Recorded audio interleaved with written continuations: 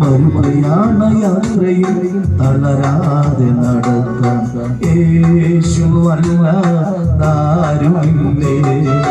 മറുപടിയാണ് യാത്രയിൽ തളരാതെ നടത്താൻ യേശു അല്ലാതാരുമില്ലേ. ദുഃഖത്തിൻ വേളയിൽ കഷ്ടത്തിൻ നാളത് കരം പിടിച്ചു നടത്തുന്നവൻ. ദുഃഖത്തിൻ വേളയിൽ കഷ്ടത്തിൻ നാളുകൾ കരം പിടിച്ചു നടത്തുന്നവൻ.